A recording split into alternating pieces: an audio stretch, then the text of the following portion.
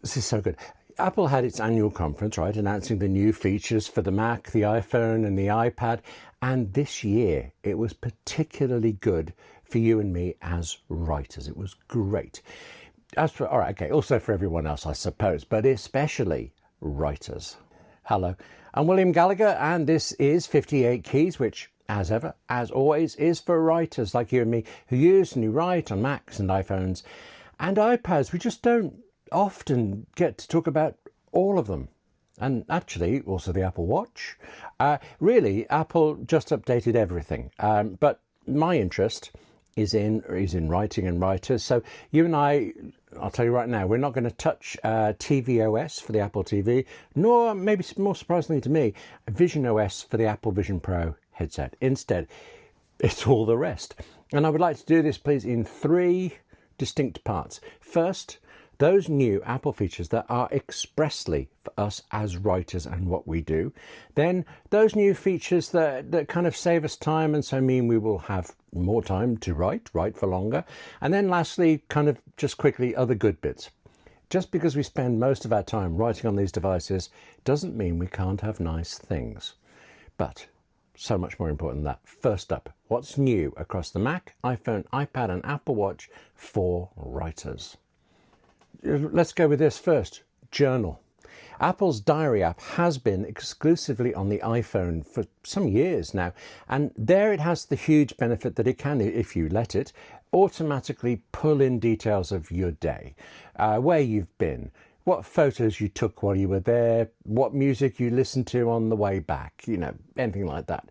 But then alongside all of this, you were supposed to write up your thoughts. It'll even prompt you. Talk us about your day. And you could, I did a few times, plenty of people do it all the time, but that always meant typing potentially a lot on that very good but teeny iPhone keyboard. As of this new announcement, Journal is now on the iPad and it's on the Mac. Finally, you'll be able to type on a full-size screen, a full-size keyboard, and just go crazy with every whim and detail you like. Which actually tickles me a little bit, because at the very same time it's also true that from here on in you'll be able to do some work on absolutely the opposite, the very smallest of devices too. Apple Notes is coming to the Apple Watch. I don't really expect you'll type very much onto your watch, but you can. Plus, maybe more usefully, you can dictate to it. But the real benefit is being able to read your notes. Keep your notes with you right there on your wrist. And I've forgotten to put on my Apple Watch this morning. Okay, speaking of your wrist, though, actually this all suddenly seems very personal. An overall thing with Apple Watch and watchOS 26, the new version of its operating system, is that you can just flick your wrist to get rid of notifications or to stop alarms. And actually that one's going to help me.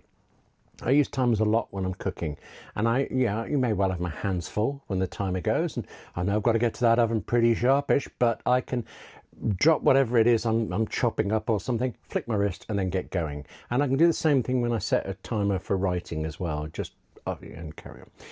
Back to things specifically for us as writers. Although actually, let me stick with Apple Notes for just a second. I can't conceive that this applies to notes on the watch, but on the Mac and on the iPad, you will now be able to import and export Markdown files. Markdown, if you don't happen to use it, is used in, well, countless apps, text apps, and the upshot is that you'll be able to shove text around between all of these apps and notes and have it keep formatting like bold and italic wherever you go.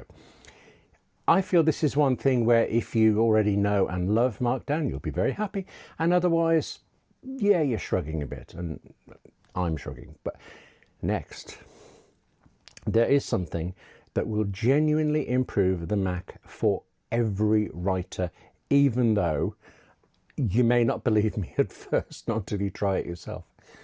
Apple has updated Spotlight, its Mac search tool, lots of updates, but it includes now a clipboard history. This is like, the thing about the quote about quantum mechanics, if you aren't startled by it, you didn't understand it. I mean, you of course, if you don't know, you will get this. A clipboard history, what it means is that I can copy the address of a website, say, I can copy a paragraph from something, a chapter of my novel, a photo, and anything from anywhere, and then paste any of it in any sequence anywhere else. It's copy and paste, but instead of just pasting whatever it was you last copied, you can choose to paste the thing before that, or the thing before that, or the thing before that. It goes on. Truly, this is how copy and paste on computers should always have worked. And the thing is, practically have, actually, or at least the Mac has, for about the last 30 years. That's how long third-party companies have been making clipboard managers for the Mac. And over that time, they've grown into this just essential tool. In fact, actually, all right, I'll tell you this. Here's how essential. Next week's 58 Keys was going to be all about the best of a type of app called launchers. Now, amongst other great features, they all have, the reason to use them is they have excellent clipboard managers. I've even recorded next week's episode, a guide to choosing between, it would be Raycast, Launchbar, and Alfred apps and their different clipboard managers. And with one move, yeah, Apple means you'll never see that, because Spotlight has changed the game. I mean, I just recorded one video. You've got to feel a bit sorrier for the makers of Raycast and the rest, but Apple putting at least a basic version of this great feature in front of every Mac user, that's got to be a good thing. Like I said, Spotlight's also actually adding a lot more new features, including what Apple calls quick keys. You open Spotlight with Command Space, and instead of just typing what you're searching for, you type, say, 2 letters, and Spotlight knows to go do something for you. The example Apple gave was to just quickly send a message to somebody. You decide what you want it to do, you decide which letters to type that start off, and the makers of Alfred and Raycast, and that was ours. That was our thing. Next, for writers, Apple has updated its Reminders app. Now, Reminders are useful because it gets things out of your head and you can carry on writing. Reminders is an excellent to-do app. It does have limits, and for me, it can never replace OmniFocus, but OmniFocus syncs with Reminders. So you can choose to have it so that anything you add to Reminders gets automatically moved over to OmniFocus. You can actually do something very similar with Todoist, but it takes a lot more steps, a bit clunky, but it works. So a benefit in Reminders becomes a benefit in whatever to-do app you use, pretty much. This time, what this means is that, okay, whichever to-do app-ish you're using, Reminders can now use Apple Intelligence. Wait, how long have we been talking and neither Apple Intelligence nor AI has come up yet? What is wrong with me? When you're in an email, right, or when you're reading a note, or you're on a website, Apple Intelligence can pick out what Apple calls action items. It can identify tasks to be done and pop those into Reminders for you. I think this blurs the line a bit between features directly for writing and features that give us more time to write. I mean, both useful, but also kind of straddling this line a little bit. There is an improved tool for iPhone that I see as a research tool for us as writers. It's Visual Intelligence kind of Mark II. Since last year, right, if I've been out somewhere and I've wondered what a particular building is, for instance, well, I could hold up my iPhone, I could press the Visual Intelligence button on the side. There are different ways to get to Visual Intelligence, but my phone has a button, and it can almost always identify that building. I mean, like once, okay, it just described the type of building, which is really useful, but the rest of the time, it got the actual building and where I was. Deeply impressive, I thought. But now, Visual Intelligence can do research for us based on whatever is already on our iPhone screen. So forget finding the thing and pointing your camera at it. Just as you were reading something on a website, say, you can research it. This time slightly different. It requires you to first take a screenshot, which if you don't happen to spend your life taking screenshots, there's no reason you would know this. You do it by pressing the top buttons on the left and right of the iPhone. They're the volume up and the sleep wake button. You press them together, takes a screenshot. And Apple didn't say this, and I don't know why. It threw me as well. I wish they had. It took me several beats to work this out. Sometimes the first thing you see with that screenshot are markup tools. You know, options for drawing circles around bits of the image, tools for annotating it. That's the phrase I'm looking for. Yeah, fine, great. If you do get those, though, you can just swipe them out the way, and then you have what Apple showed, which is this Visual Intelligence set of tools, including you can ask a question about what's on screen. Or if it's an event poster with dates. You can just tap to add that to your calendar. In theory. In practice, I tried it on one event poster, the very first one I tried, and it misread the dates.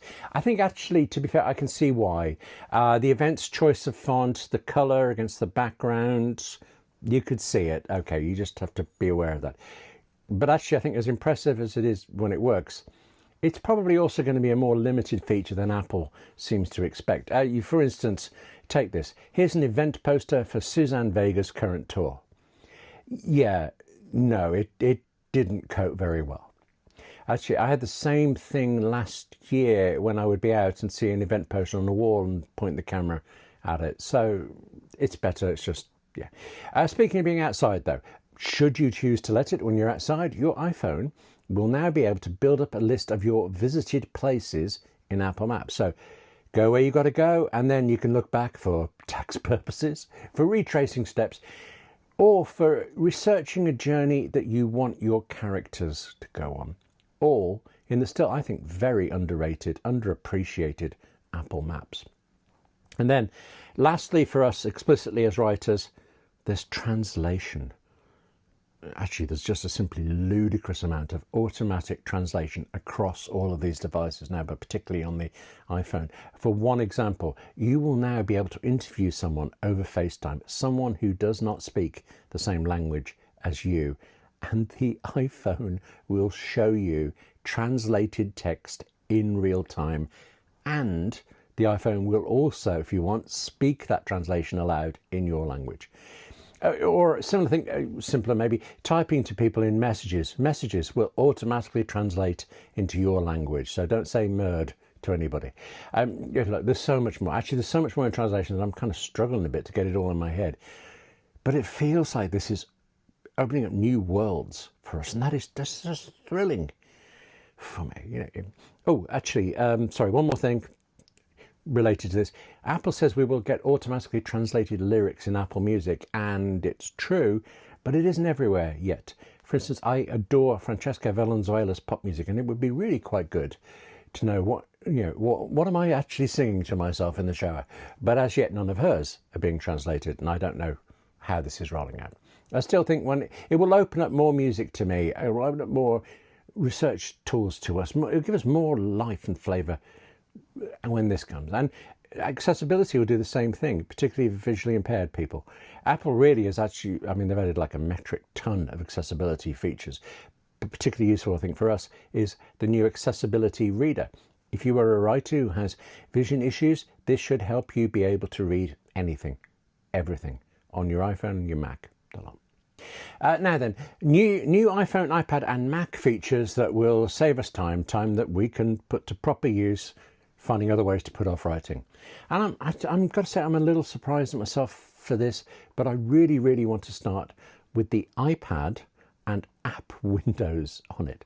I'd only just got used. There's a 58 key showing you how you can have two documents side by side on the iPad, and now you can fiddle it so that you can have two copies of the same app, two documents from the same app side by side. I got that, yeah, it's in my head.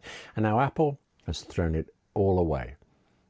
And for good reason. It's improved. It's improved everything. Now, for example, when you open an app while it goes full screen, like takes over your whole iPad, just as it ever did. But it also has this tiny little grab handle at bottom right. Drag on that and you can resize the window to any size you like. You can also reposition it anywhere you like, which is very nice. But then you open another app and you resize that too. I was going to say to you, as soon as I saw this, I knew I was going to say to you that this new windowing system on the iPad is going to change how I work on that device. But the thing is, it already has. This morning, I put my notes about WWDC into drafts over on the left there, and I wrote this script in Omni Outliner here, back and forth between the two. Simple and so big. I also actually sometimes skipped over to Safari in full screen to check a detail and then came back when I was ready.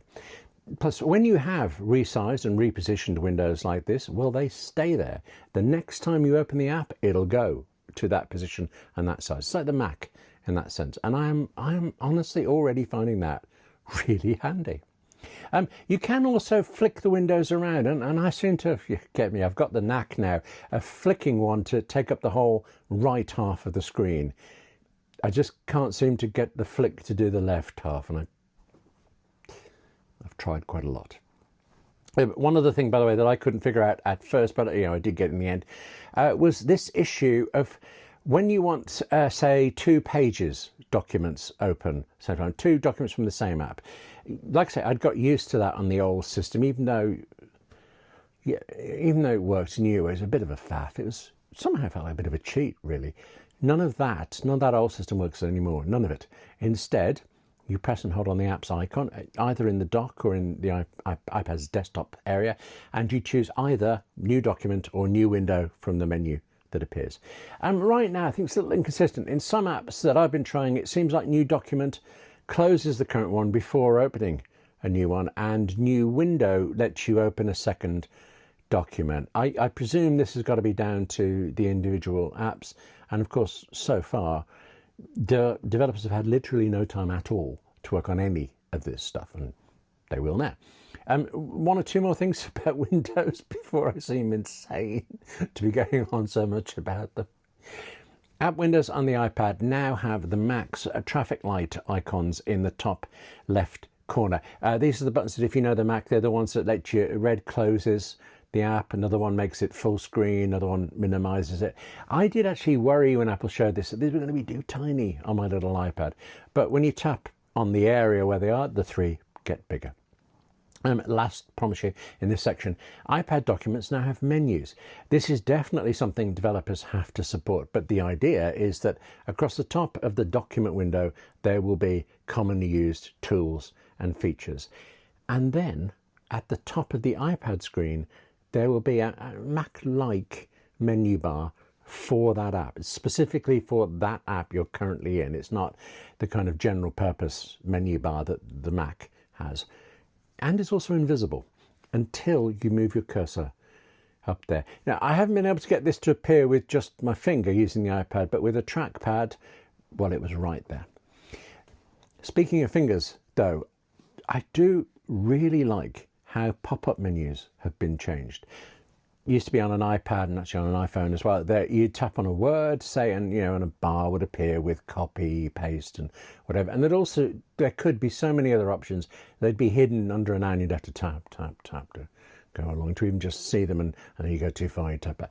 Now, the first time you tap to see more, the whole list is presented as one clear drop down. You can see all of the controls at once and choose what you need. Totally different now, phones and phone calls. I won't use this because sometimes I get hired over the phone enough that I think this could actually be a problem for me. But if you want them to, iPhones will now screen your calls for them. I mean, really screen them. Someone phones, your iPhone does not ring. Instead, if it's an unknown number, it says, hello, who are you? Asks them who they are and pops their details and a transcription of what they say onto your screen, and it then rings so you can see whether you want to pick it up or ignore this one. Or actually, other way around, if you are the one phoning someone and it's a surgery or whatever and they have you on hold, the iPhone will actually recognize hold music, and it will offer to tell you when you're finally at the top of the queue, the front of the queue. Say yes to that, and the iPhone calls appear to just go away while you carry on doing whatever else you like on the iPhone, or you put the iPhone away even. Then when you are caller number 1 at last and your call is then answered, the iPhone rings you to tell you. The idea is that you don't have to spend your day holding your iPhone. And actually, I think for us, that's a big deal. I mean, I might be just projecting. Again, it's so tempting, isn't it? You're thinking of a sentence, or just pick up the iPhone, do something quick, just check. I've got to check. Very important email that, Now you have even less reason to do this. In fact, actually, even less reason. Because you can even make and receive iPhone calls from your Mac. There's a funny thing here, because my Mac has forever been popping up notifications saying a call I've answered was transferred from the Mac to my iPhone. But whenever it said that, and I'm reading this, I've always already been on the call, and so I couldn't really look into it. Well, now, I don't have to look into it. I can just take the calls on the Mac. I can place calls on the Mac using my iPhone. And if I'm using live activities on the iPhone because, I've ordered a takeaway, that happens, or I think something else, checking on a friend's flight details, that That happens a lot. I don't have to keep getting out the iPhone to look at the details, because those live activity details will show up in the Mac's menu bar. I can see a problem there in that my menu bar, less so on this machine but more on my MacBook Pro, is very crowded, but still you get live activity headlines there and you can click for more. When you click, the Mac opens up iPhone Mirroring, the app that was introduced last year that lets you see and use your iPhone right there on your Mac's screen. A year in, I still do not know why this is so useful, but it is, and I use that feature ridiculously often. Something I don't use much for some reason though is, let's go the other way, Smart Stack on my Apple Watch. But again, this has been updated for us. And again, it's another time saver.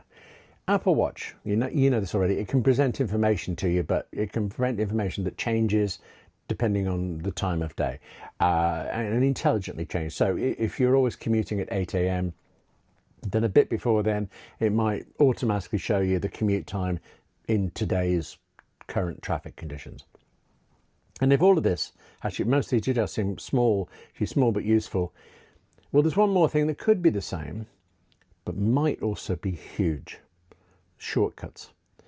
Apple has said that shortcuts on the Mac, the iPhone and the iPad will now feature extra actions, extra tool controls to let you automate Apple Intelligence. They give examples, I mean, really quite detailed examples, like a student could create a shortcut that would use Apple Intelligence to examine the audio recording of a lecture that they took next to their own written notes and then point at, you missed that bit in the middle, things like that. I don't immediately see how to do all of that, but not from a short while poking about, but I will use it. Right now I counted the other day, I have 600 shortcuts and I actually use about 20 of them. That's 580 wasted time. But anyway, an update to shortcuts is always potentially very big. And there's now this too. On the iPhone, you have long been able to automate when a shortcut runs. So, for example, at midnight, I have a shortcut, still don't have the watch, automatically change my watch face from a regular one to a big red display that I'll be able to read through bleary eyes until about 6 in the morning when it swaps back. That scheduling that was on the iPhone is now at last also available on the Mac. And one more thing about saving time for us to write. Apple has opened up this Apple Intelligence. It's opened up its Apple Intelligence tools to developers. I have not one thin clue what they will do with this, but then that would be why I'm not a developer.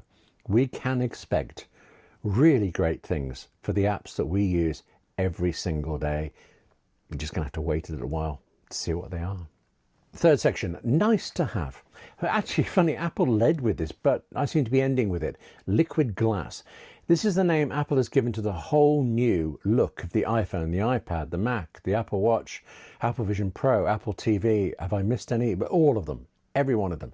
You and I will never use this name. I just did. But you will immediately see that you've got this new design.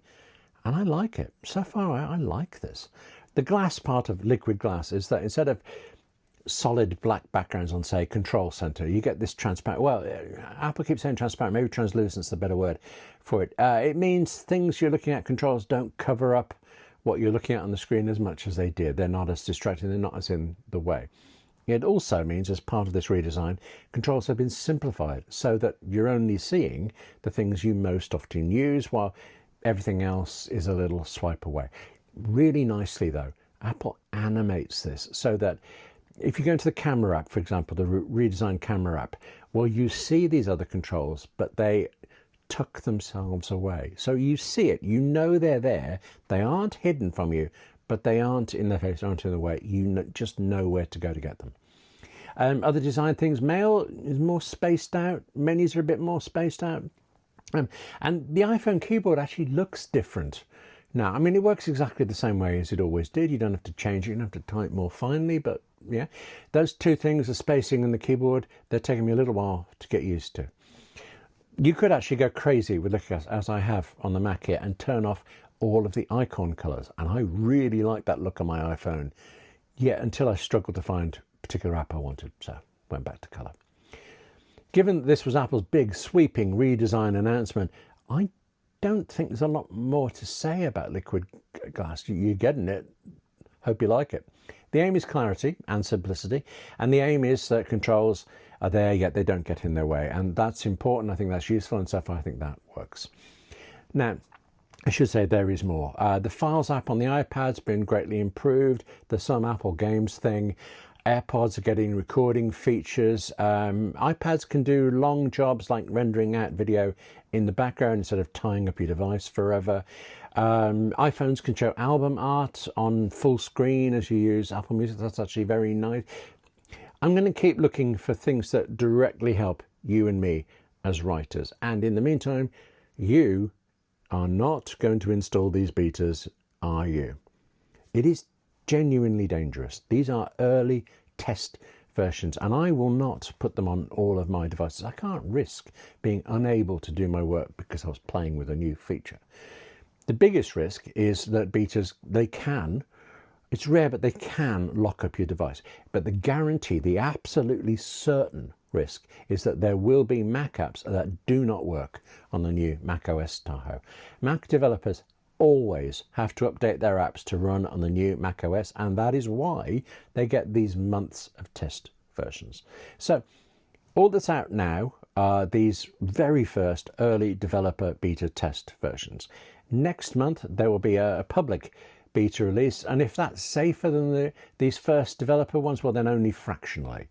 The sole sensible thing to do is to wait until September-ish time when all of this is released properly. And actually, even then, you should probably, well, definitely check that your Mac apps have been updated. Some of them will be later than others. And I think leave it a week or so. Let other people find the problems and let Apple have time to fix them before you wade in. You know I'm right. You also know that I'm now going to go carrying on playing with the betas instead of doing any writing. Well, thanks for watching. Now, take care of yourself. Take care of yourself and your devices. Write more too. That's so important. And I'll see you soon.